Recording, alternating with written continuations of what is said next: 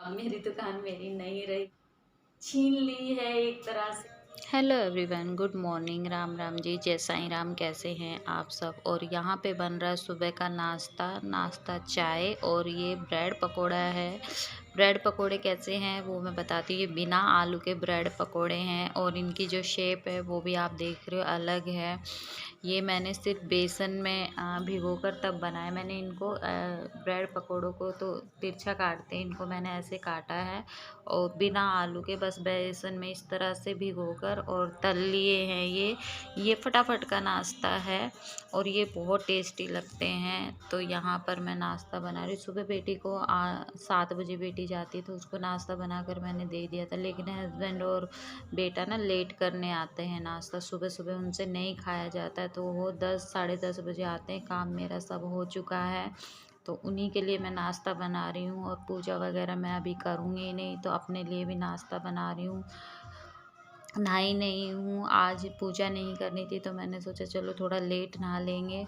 नाश्ता बनाने के बाद बस मेरा काम जो रहेगा वो खाना बनाने का रहेगा। और आज मुझे आप लोगों के साथ एक और बात शेयर करनी है। प्लीज़ वीडियो को फुल वॉच कीजिएगा, पूरी वीडियो देखिएगा, फिर आप बताइएगा ये चीज़ मैंने सही करी है या नहीं करी है। जो मेरे घर वालों ने मेरे साथ करा है वो सही करा है या नहीं करा है, कमेंट करके ज़रूर बताइएगा। तो बर्तन जो मैंने सुबह धोए थे ना, मतलब आधा पौन घंटे पहले ही मेरा सारा काम हो चुका है। बस नाश्ता बनाने आई हूँ तो पोछा झाड़ू और बर्तन सुबह के जो 2-4 चाय के नाश्ते के रहते हैं, जो बेटी लेके जाती है नाश्ता, उसी के बर्तन थे वो मैंने धो दिए थे। अब वो किचन में भी लगा दिए मैंने, क्योंकि रखे हुए थे और मैं हाथों हाथ ही सारा काम कर लेती हूँ, मतलब निपटाती रहती हूँ। तो 4 ब्रेड पकौड़े बनाए हैं मैंने, 2 बेटे के लिए और 2 हस्बैंड के लिए। अगर बेटा छोड़ देगा तो मैं खा लूँगी, नहीं तो खाली मैं चाय पी लूँगी। ज़रूरी नहीं है कि मुझे नाश्ता करना ही है, ऐसा तो नहीं है। नाश्ता बना चुकी हूँ मैं। ये हस्बैंड के लिए और अपने लिए नाश्ता बनाया, क्योंकि बेटी सुबह 7 बजे स्कूल गई थी, उसको भी यही ब्रेड पकोड़े बना के दिए हैं मैंने। लेकिन हस्बैंड लेट करते हैं, मतलब हम लोग लेट करते हैं नाश्ता, बेटी के लिए सुबह ही बना देती हूँ। इसलिए अभी जो टाइम होगा 10:30 का टाइम होगा, नाश्ता वगैरह हो गया है। हस्बैंड नाश्ता करके चले गए हैं और मैंने भी नाश्ता कर लिया। 2-3 दिन मैं पूजा नहीं करूँगी, मंदिर के पास भी नहीं जाऊँगी, तो इसीलिए नहाई नहीं हूँ अभी। क्यों झूठ बोलूँ, मैं नहाई नहीं हूँ, नहाऊंगी बाद में। तो मुझे थोड़ी सी आपसे बात करनी है, तो पहले मैं अपने ट्राईपोड को सेट कर देती हूँ, फिर मैं आपके साथ बात करती हूँ। तो मुझे आप लोगों को कुछ बताना था, इसलिए मैंने सोचा अच्छे से शांति से बैठकर तब मैं आपसे बात करूं। थोड़ी सी किस बारे में बात मैं करना चाहती हूँ वो भी मैं अभी आपको बताऊंगी, क्योंकि उस विषय में बात होगी तभी आप लोगों को पता चलेगा।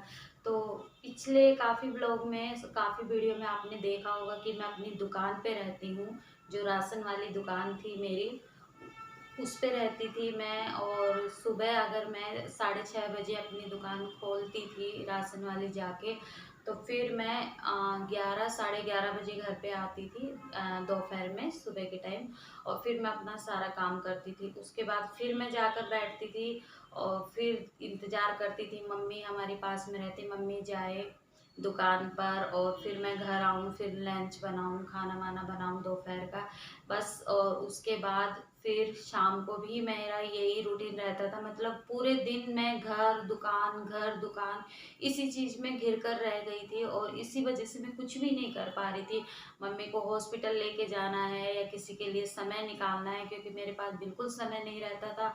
जब हमने ये दुकान की थी राशन वाली, तब आज से 6 साल पहले हमने ये खरीदी थी, किसी से कोई बेच रहा था, तो सामान के साथ हमने ये राशन की दुकान खरीद ली।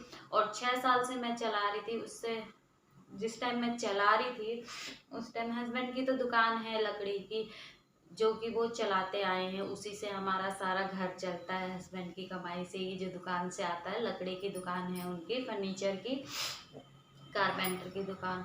और मैंने फिर राशन की दुकान संभालने लगी। बच्चे छोटे थे, 6-7 साल पहले, तो स्कूल जाते थे। स्कूल से आने के बाद जैसे दोपहर में वो आ गए, तो मैं बेटे को बिठा देती थी और या किसी को भी बिठा देती थी, मम्मी को बिठा देती थी या बेटी को बिठा देती थी। लेकिन जैसे जैसे बच्चे बड़े होते रहे, तो समय की कमी होती रही, सारा मुझे ही देखना पड़ने लगा। अभी जैसे कि लॉकडाउन में बेटी घर रहने लगी थी, तो वो मेरा हाथ बटा देती थी। जैसे कि मैं अगर दुकान पे हूँ तो वो घर का काम कर लेती थी, सिर्फ मुझे खाना बनाना होता था। लेकिन फिर से बच्चों के स्कूल शुरू हो गए और फिर से मैं परेशान हो गई। ऐसे करते करते मैंने कम से कम 1.5 साल निकाल दिया। तो आप मेरी जो पीछे वाली वीडियो देखोगे उसमें मैंने बताया है कि मैं अगर मुझे अच्छा रेट मिला तो मैं अपनी दुकान को बिक्री कर दूंगी और फिर मैं अपना घर देखूंगी, क्योंकि मैं नहीं संभाल पा रही थी, मुझे बहुत मुश्किल हो रहा था दुकान संभालना, इसीलिए। और ऐसे करते करते 7-8 महीने निकल गए। 7-8 महीने नहीं, साल भर ही निकल गया। मैं सबको बोलती रही कि मुझे अब समय नहीं मिल रहा। कुछ समय मुझे इसलिए भी नहीं मिल रहा क्योंकि बेटे का स्कूल हो गया है। 12th के बाद उसने कुछ भी नहीं किया। हमने बहुत जोर डाला उस पर कि बेटा कंप्यूटर कोर्स कर लो, और कोई कोर्स कर लो। लेकिन बच्चे हैं ना, बच्चे बहुत से बच्चे मान जाते हैं और बहुत से बच्चे बड़े होने के बाद नहीं मानते हैं। तो उसने पढ़ाई कर दी बंद 12th के बाद। तो फिर हमने बोला जब वो पढ़ाई नहीं कर रहा है तो अपने पापा का काम ही संभाले। फिर हमने उससे बात की घर पे बिठा के कि बेटा अपनी कोई जॉब करोगे तुम या फिर पापा के साथ रहोगे, पापा का काम सीखोगे। तो बेटे ने बोला नहीं, मैं जॉब नहीं करूँगा, मैं खुद का बिजनेस करूँगा और मैं पापा के साथ रहूँगा, पापा का काम सीखूँगा। तो हमने बोला ठीक है, पापा का काम सीख लो तुम। तो अब वो सुबह से शाम तक अपने पापा के साथ रहता है। तो दुकान पे, राशन वाली दुकान पे बैठने के लिए कोई नहीं था मेरे पास और मैं बहुत परेशान हो गई थी। इसीलिए मैंने फिर डिसीजन लिया कि मैं अपनी दुकान को बिक्री कर दूंगी। और इसी के चलते मैंने अपनी दुकान के लिए सबको बोला कि मैं दुकान बिक्री कर रही हूँ, जैसे मैंने सामान के साथ ली वैसे ही मैं बिक्री कर दूंगी। बहुत सारी आस थी जिस टाइम मैंने ये दुकान ली थी, उस टाइम बहुत आस थी। और ऐसा नहीं है कि दुकान नहीं चलती थी, दुकान बहुत ही अच्छी चल रही थी, दुकान में कोई दिक्कत नहीं थी, अभी भी बहुत अच्छी चल रही है। लेकिन सिर्फ मैं समय नहीं दे पा रही थी। और जब कोई चीज़ मन से लेते हैं ना अच्छा, और उसको अच्छे से चलाते हैं और वो चलती है, तो फिर बहुत दुख होता है। 6 साल मैंने उस दुकान को चलाया है और आज जब बिक्री हो गई है, दुख भी होता है कहीं ना कहीं। लेकिन आपको पता है जब इंसान की मजबूरी होती है तो फिर जो उसको सही लगता है वही करते हैं। तो बस समय के कारण मैंने अपनी वो दुकान बिक्री कर दी है। काफ़ी दिन से, जैसे कि मैंने बोला, काफ़ी दिन से मैं बोलती रही। 1 साल हमारा ऐसे ही होता रहा, बिक्री करेंगे नहीं करेंगे, बिक्री करेंगे नहीं करेंगे, ऐसे करते करते हमें 1 साल पूरा हो गया। 1 साल के बाद हमने सोचा था जो हमारा रेट है, जो हम मांग रहे थे बिक्री करने के लिए, वो तो नहीं मिलने वाला, वो तो आप भी जानते हो। लेकिन जो भी है ठीक ठाक रेट मिल जाए और मैं बिक्री कर दूँ। और फिर वो बिक्री हो गई है। मैंने वीडियो नहीं बनाई है उस चीज़ की क्योंकि ये हमारा घरेलू मामला है, मतलब कि। और बहुत से आना चाहते हैं कैमरे के सामने और बहुत से नहीं आना चाहते हैं।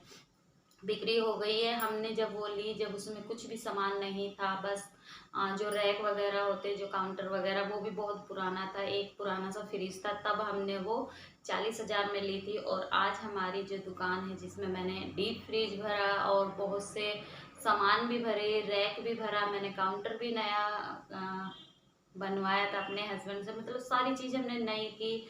उसके बाद हमें सिर्फ 60,000 रुपये उस दुकान के मिले हैं, लेकिन बिक गई है वो। और अब मैं घर में हूँ। आप लोग मेरी फैमिली हो, यूट्यूब फैमिली, तो मुझे आप लोगों के साथ ये बात शेयर करनी थी।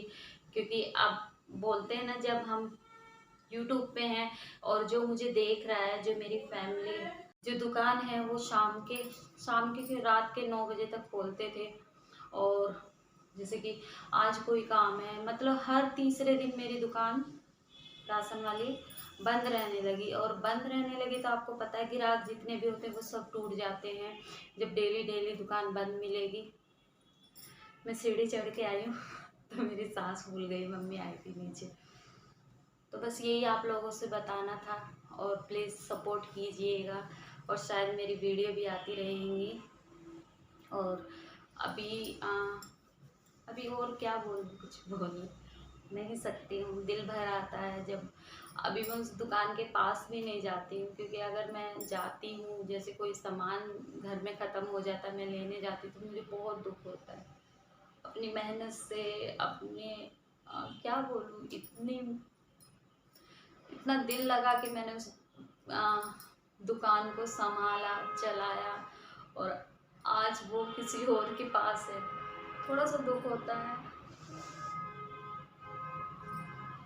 थोड़ा सा कहीं ना कहीं ये था कि नहीं, मैं दुकान को नहीं बेचूं, लेकिन समय के कारण और टाइम ना देने के कारण मुझे वो दुकान बेचनी पड़ी,